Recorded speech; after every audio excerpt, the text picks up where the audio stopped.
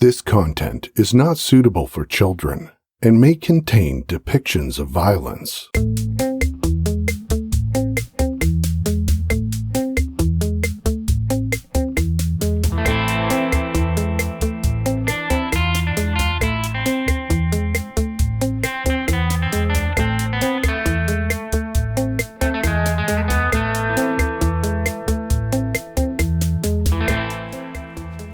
Hi, grab a beer and pull up a deck chair.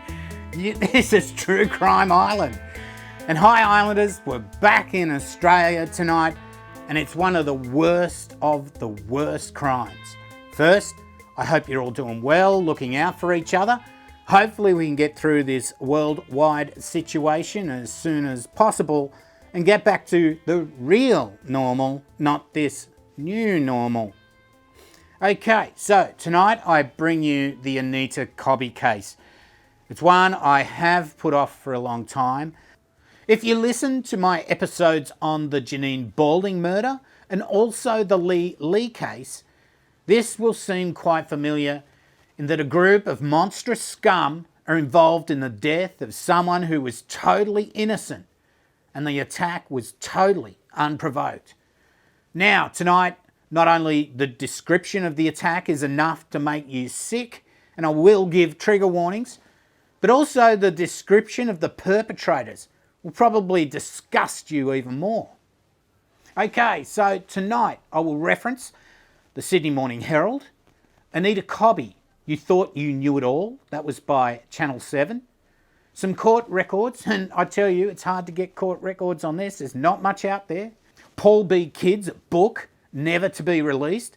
Now this one I've used before. I highly recommend reading this book of Paul's. It has many shocking Australian cases in it. Okay, so this is one of Australia's most shocking crimes. And if you think it might trigger you, well, like I said, I will give some warnings out, but mostly this is pretty bad. So first, who is Anita Cobby? Or before she was married, Anita Lynch. Anita was born on the 2nd of November 1959 in Sydney, Australia. Her parents were Gary Lynch, who worked as a graphic artist for the Royal Australian Air Force, and Grace Lynch, who was a nurse. Anita had a sister, Catherine, who was about 5 years younger than her. Anita excelled at school, attending Evans High School, where she was extremely popular. Anita loved the outdoors and going to the beach. She was very protective of her little sister. The family lived in Blacktown, which is about 40 kilometres or 25 miles west of Sydney, in a typical fibro suburban house of the time. As a family, they would spend a lot of time together. They loved sports, music, and would go boating on the Nepean River, which isn't far away, it's just up the road. In 1979, at 20 years old, she was persuaded to enter the Miss Western Suburbs beauty pageant, and the whole family got involved selling raffle tickets. She would go on to win the title, and they raised $10,000 for the Spastic Centre. She could have gone on with a beauty pageant career and even modelling, as she was tall with dark curly hair, wide eyes, and she always had a lovely smile. She would light up the room whenever she entered. However, she decided to follow her mother's path and she became a trainee nurse at Sydney Hospital. She would be accepted as a sister at Sydney Hospital in the microsurgery area. It is here that she would meet nursing student John Cobby, who was 3 years older than her. They hit it off straight away as they had the same interests, with John saying he was punching above his weight. Anita took John home to meet the family and they loved him. The couple would get engaged and marry in March of 1982. Now John was not only a nurse, but he dabbled in horse racing as well. He won quite a bit of money at one stage, so the newly married couple went travelling overseas for about 3 years. Wouldn't we love to do that right now? How times have changed. Anyway, on their return to Australia in 1985, they lived in Coffs Harbour, which is about 500 kilometres or 310 miles up the coast from Sydney. Now, maybe the 3 years travelling together got to them, But they did separate, with Anita moving out of their shared place, and she went back to live with her parents. The couple kept in contact by phone all the time, and they were both distressed over the breakup. Now, this separation, according to John, wasn't for long. It was only for about 6 weeks. In 1986, Gary Lynch, he retired at the time from the Air Force, and Grace, she was semi-retired from nursing. She would pick up a few shifts here and there for the extra money. So the whole family were back living together.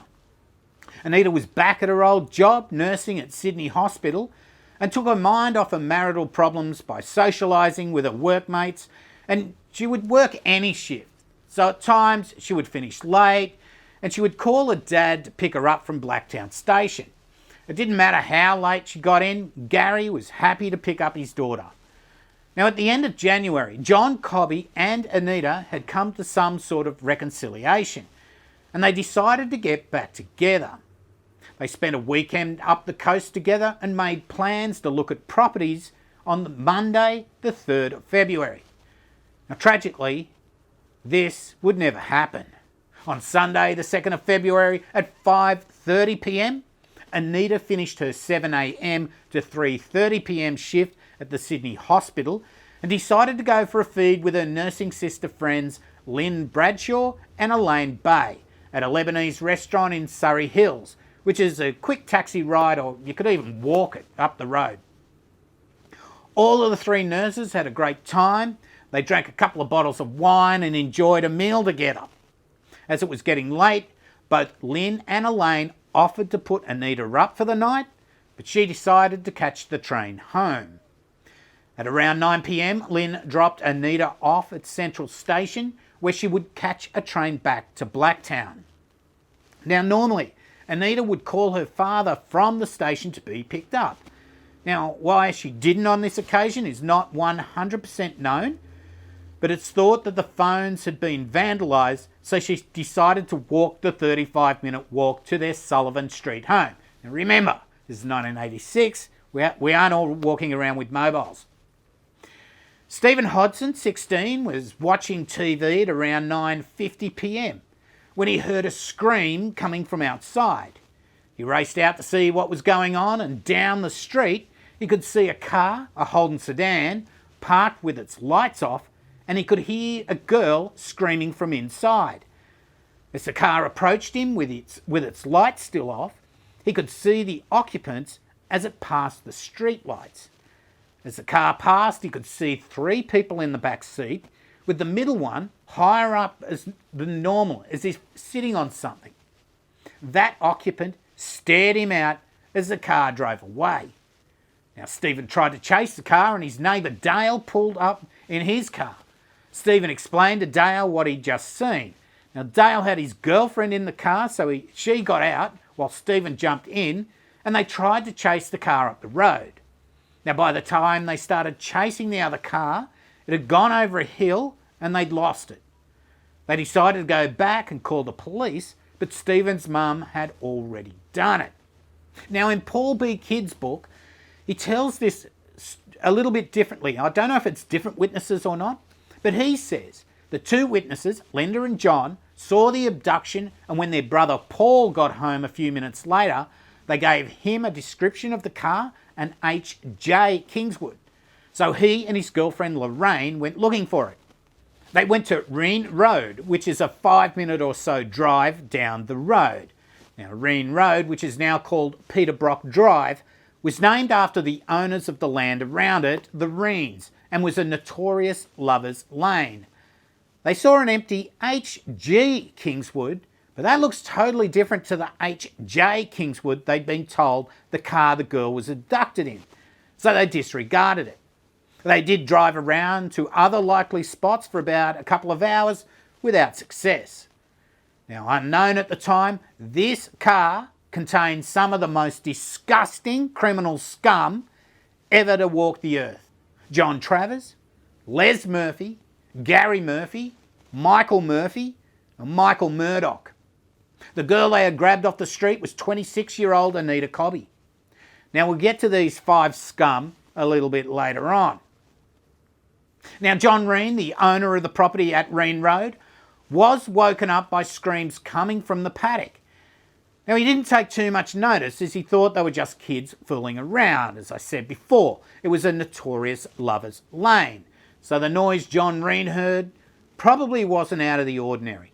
The next morning, on Monday, the 3rd of February, John Reen, the owner of the paddock, noticed that his cows were milling around something in the paddock. Then they'd walk off, then they'd come back and mill around the same area again. Now, he didn't get around to checking out what it was until the following day, Tuesday morning. Now, let's get back to the Lynch's house in Bankstown. This is on the Monday when Anita had failed to come home on Sunday night. This didn't cause any real alarm at the time, as Anita would often stay at a friend's house after a night out in the city. But on Monday afternoon, Gary Lynch got a call from the matron at the hospital asking why Anita hadn't turned up for her shift. He suggested calling her nurse friends that she'd been out with, but the matron replied that she had spoken to them already as they were at work, and they were worried as well. Gary called his wife and she had no idea where Anita was, so Gary then called more of her friends without success.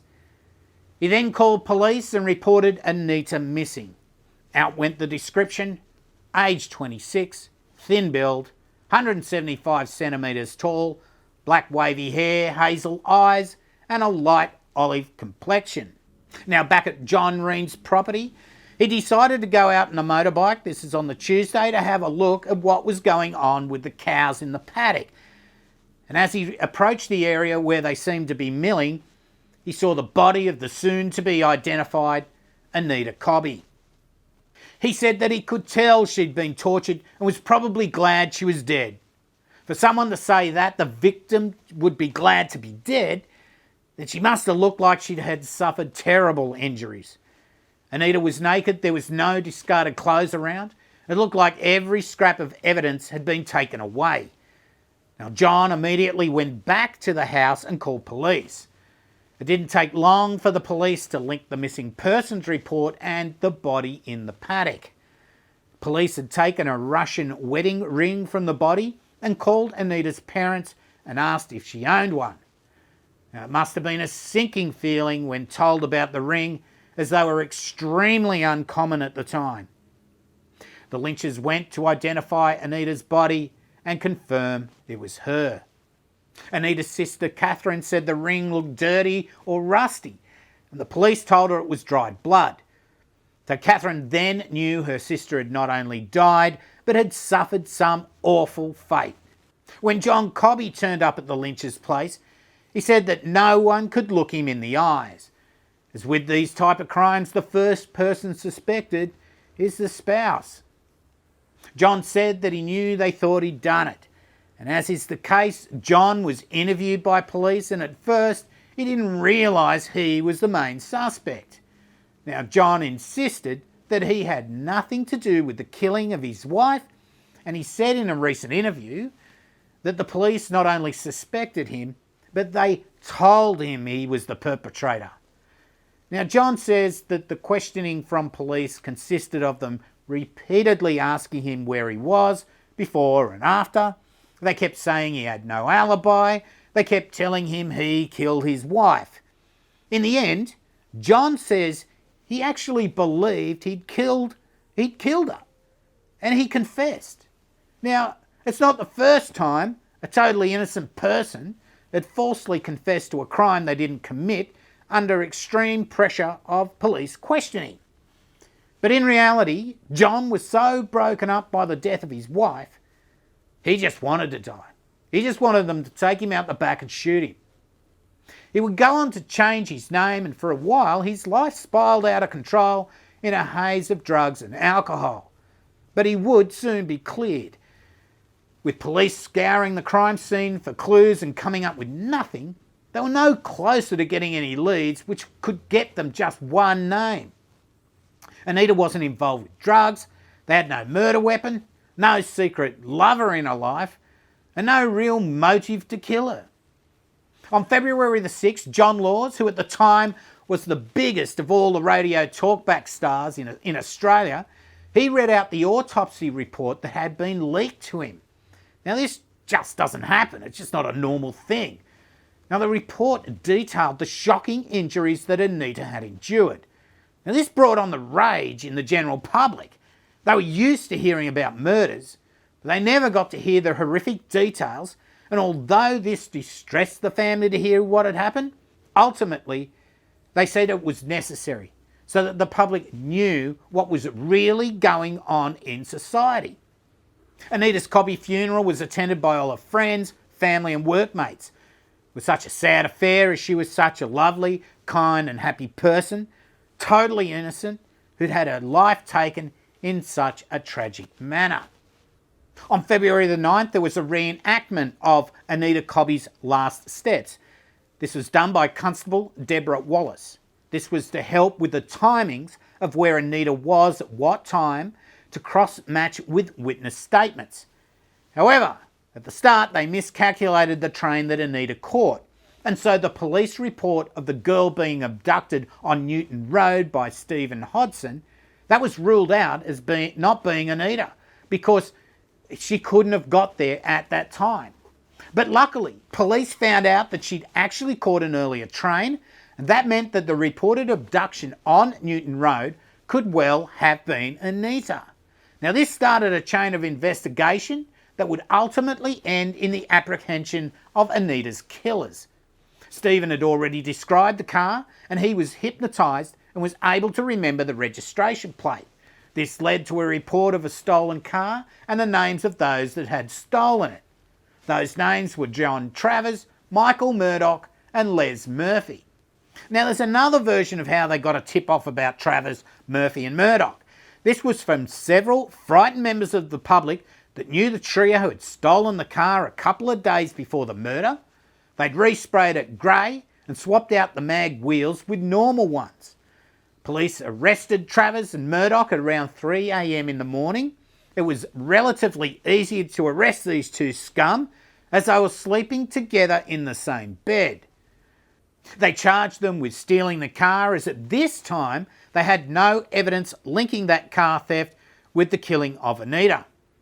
They also arrested Les Murphy in relation to the car theft. When Travers was interviewed and told of the Anita Cobby investigation, he said to the officer, and there will be a trigger warning on this for about 10 seconds, Travers said, "I didn't slit that slut's throat." Fuck's sake. Travers didn't get bail as he was wanted for a horrific rape of a boy, his lover, in Western Australia, where he'd held the knife at the boy's throat while having anal sex with him. And it's another trigger warning here. He told the boy, "Buck, you bastard, buck, or I'll slit your throat." Now Murdoch and Les Murphy, they were let out on bail and placed under intense police surveillance. On Saturday, February 22, Travers had asked police to contact his auntie to come and bring him some personal items. She had suspicions that he was responsible for the killing of Anita Cobby, and when contacted by police, she agreed to go and talk with him to see if he would admit to her that he'd done it. When asked by police why she would give up her relative, she said that no woman should go through what that lady did. Now, Travis's auntie, she's named as Miss X. She was taken down to the cell and spoke with Travers. She was scared and extremely nervous. When she came back, she was shocked. She told police that yes, it was him. They then asked her to go back down, but this time carrying a wire so that they could get some sort of confession on tape. She agreed and got wired up with the microphone and tape recorder. Now, the following bit I will cut in here is from that Channel 7 documentary on Anita Cobby. I don't normally cut in video, but I'll cut this piece of video in. I think it's going to be the easiest way to explain it. Not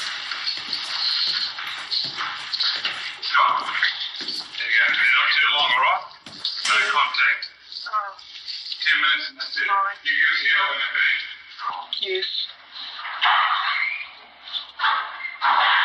Take on, it's all right, come here. Take on, I got your smokes. Did you get away? I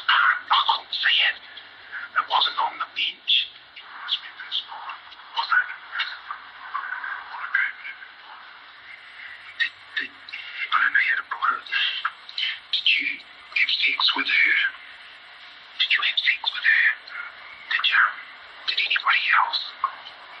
All of them. John, sometimes, why did you have to stop up? Why did you have to do that? Come here, come close. We're all drunk. She I can say it all this. Well, she saw your faces. And you knew. So what the other said you had to do it. What's it just got to be done? They said, Who said it had to be done? You. You all agreed. they said, no, you only do me. So I was like, But that's not your thing, John. You haven't done that before, have you? Truthfully. Don't laugh. It's not funny. God, I wish they'd shut up. During the conversation, he named 3 Murphy brothers, Les, Gary and Michael Murphy, plus Michael Murdoch. Miss X agreed to track down Michael Murdoch and with a wire tape what he had to say. He was at his mum's house and Miss X was able to get him on tape. She said to him, "Mick, I'm sorry. I saw John today. He told me everything. I know everything all right about what happened. I know it all." Murdoch went on to corroborate what Travers had told Miss X, and so police mounted raids to arrest the 4 perpetrators. Police were able to quickly arrest Murdoch and Les Murphy, and the hunt was on for the remaining Murphys, Gary and Michael. On the 26th of February at around 10 p.m, the remaining Murphy brothers were arrested at a residence in Glenfield. Now, I remember this day very well, as I'd been riding my motorbike around Glenfield that very fucking day. Now, crowds massed at Blacktown Police Station where the 5 accused were being held, and they were out for blood. Nooses were being dropped from buildings, placards demanding castration and the death penalty. Graham Rosetta, Detective Sergeant of Blacktown Police, said in a recent interview that they should have all been drowned at birth. Now, I won't go into any great detail of the scum that perpetrated this shocking and depraved crime. I don't think they deserve the time of day. But I do need to go over their sordid lives briefly before I get into what they did that night to Anita. John Travers, the leader of the gang, he was 18 at the time of the killing. He'd been in and out of institutions since he was young. He was arrested for pot at 12. He was alcoholic at 14, and he had no parental guidance or control at all. When his father walked out in the family, his mother couldn't cope and became so fucked up she couldn't shit or shower properly. Travers had to steal to feed himself and his siblings and liked to kill animals. How many times we've heard that? Trigger warning here for about 30 seconds. This is disgusting. He fucked sheep, pigs, goats, chickens and lambs. He was seen sodomising a sheep, and when he was about to orgasm, he pulled back its head and slit its throat. Fuck's sake. When he and his gang raped a girl in mid-1985, the victim reported it to police and they fled to Mandurah in Western Australia. Now, most victims of Travers were so scared they never reported him to police. While in Western Australia, that's where the "buck you bastard buck or I'll slit your throat" incident occurred.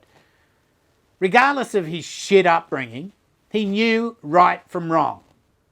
Michael, or Mick Murdoch, he was the same age as Travers and he worshipped the ground he walked on. Murdoch's mum hated Travers hanging around as she knew it would end in jail time. And yeah, he was convicted with Travers smoking pot at 12. Murdoch's upbringing wasn't much better than Travers.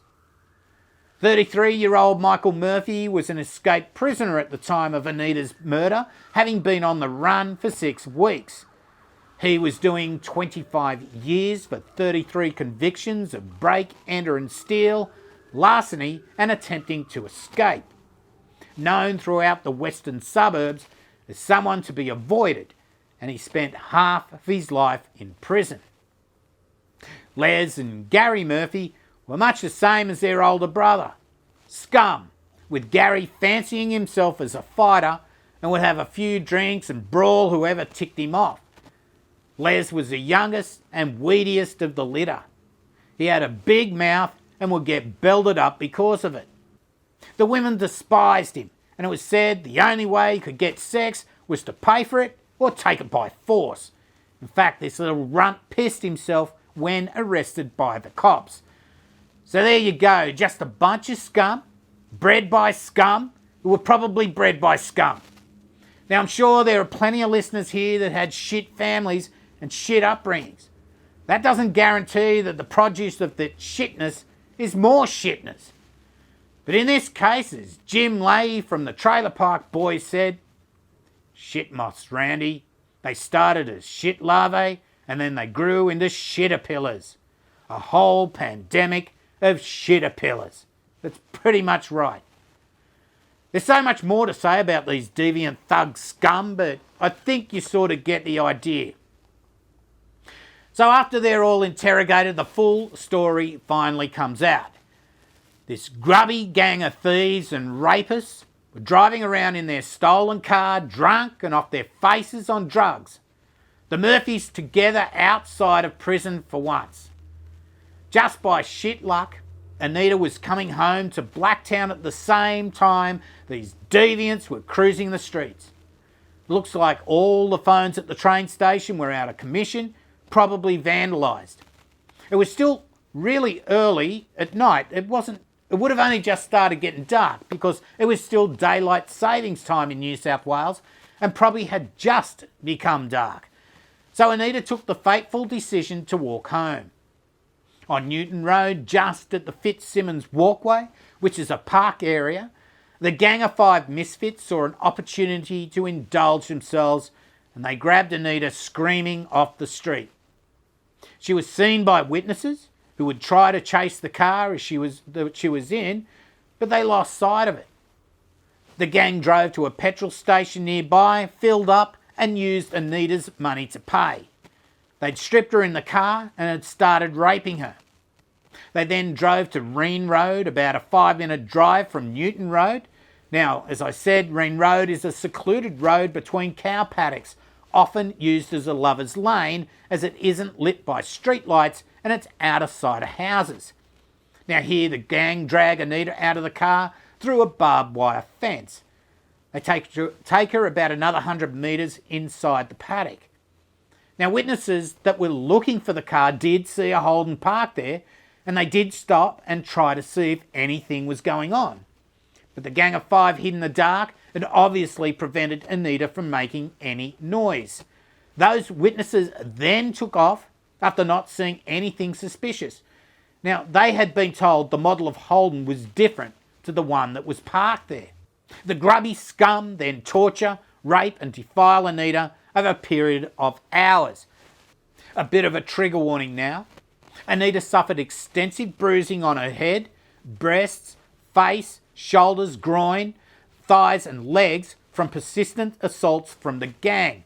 She also had lacerations on her hips, thighs and legs from the barbed wire, several cuts to her neck resulting in the severing of her ear and windpipe, and she was nearly decapitated. She had defensive wounds on her hands from where Travers had been attacking her with his knife. Once they had their fill, they decided that they had to kill Anita as she had seen their faces. Travers then took out his favourite knife and cut Anita's throat. They all went back to Travis's place where they burned all of Anita's clothes and drank beer. Eventually, they were all charged with murder and sexual assault, and of course they went to trial. On June the 10th, 1987, all 5 were found guilty of sexual assault and murder. On the 16th of June, they were each sentenced in the Supreme Court of New South Wales to life imprisonment plus additional time without the possibility of parole. Justice Alan Maxwell described the crime as one of the most horrifying physical and sexual assaults. This was a calculated killing done in cold blood.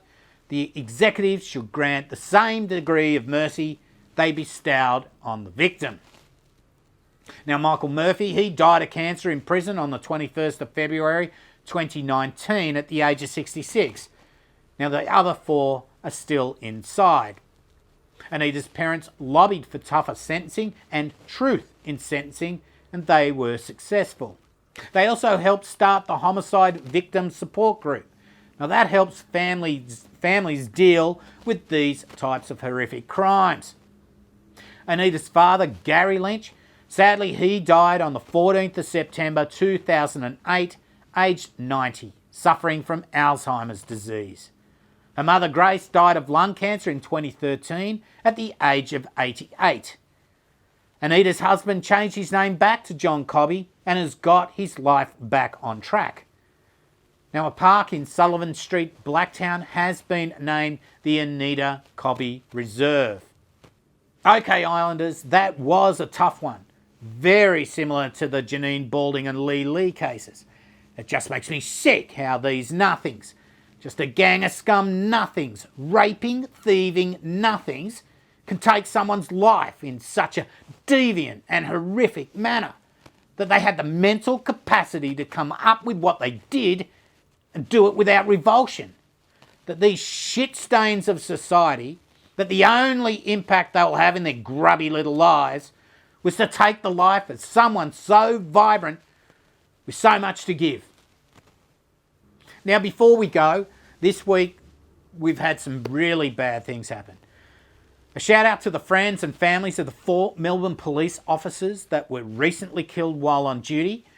2 officers had pulled over a speeding Porsche and the driver allegedly returned a positive for drugs.